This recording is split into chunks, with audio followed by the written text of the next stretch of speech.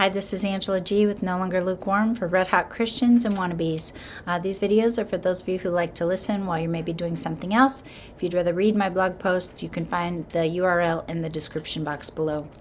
So this one is called God in the Sanctuary, God in the Sea.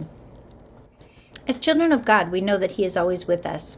Sometimes we definitely see His hand, and sometimes we have to trust by faith that He is there. I heard a sermon once based on these two verses in the book of Psalms. It was about God in the sanctuary versus God in the sea, and it made a lot of sense. Those times when we can clearly see God moving on our behalf, it can be said that we see Him in the sanctuary. Other times, when our view is darkened by the mist and our ears hear nothing but the pounding waves of our lives, we may say that He is in the sea. Recently, I've had two such experiences that have taught me that whether or not I see Him in the moment, God is there. God in the sanctuary. Psalm 63:2 says, I have seen you in the sanctuary and beheld your power and glory. Sometimes things happen in our lives that we just know could only have been orchestrated by God. My blogging journey started with a coincidence that could be nothing less than His hand. For the past couple of years, a blogger friend of mine from social media named Rachel has been encouraging me to start a blog. I always told her no and repeated what I now believe to be the enemy's lies. I won't keep up with the blog. And anyway, who would read it if I wrote one?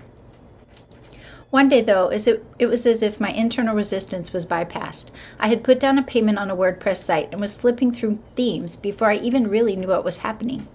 When I got into the actual website, it was harder than I thought, so I asked Rachel to help. She referred me to the person who had helped her get set up a few years ago in Michigan. We set up a time for a phone conversation for tech help, and she gave me Renee's phone number. I couldn't believe it when I saw the number. It was local.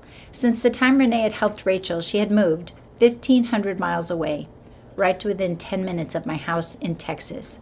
We got together the next weekend, and she helped me set up my site. Since then, I have seen God move in my blogging ministry. He is in the way I get my stories and in the people He has put in my path to support me in all areas. All those doubts and fears that the devil made me believe have dissolved away as I see that God is in this. I see Him in the sanctuary, and I know that He has a plan. But God has a plan even when we don't see it. God in the sea. Psalm 77:19 says, Your way was in the sea, your path in the great waters, and your footsteps were not known. Recently, I had something upsetting happen at work. I'm a teacher, and the end of the year can be a stressful time for everyone. I was helping with an after-school project for an administrator to make a few extra dollars. This particular lady and I have, let's just say, different religious and political beliefs. She has always treated me fairly in the past, but this day, whether it was my mistake or her general tension level, she snapped and rudely sent me home in front of colleagues. I was mortified, and of course went right to the truck and cried to my Father. When I'm upset, that's my general strategy. I cry to God and ask Him to give me a verse from the Bible.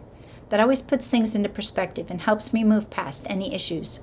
No matter how upset I am, spitting and fussing and spinning around, usually one verse is all it takes to make me stop in my tracks.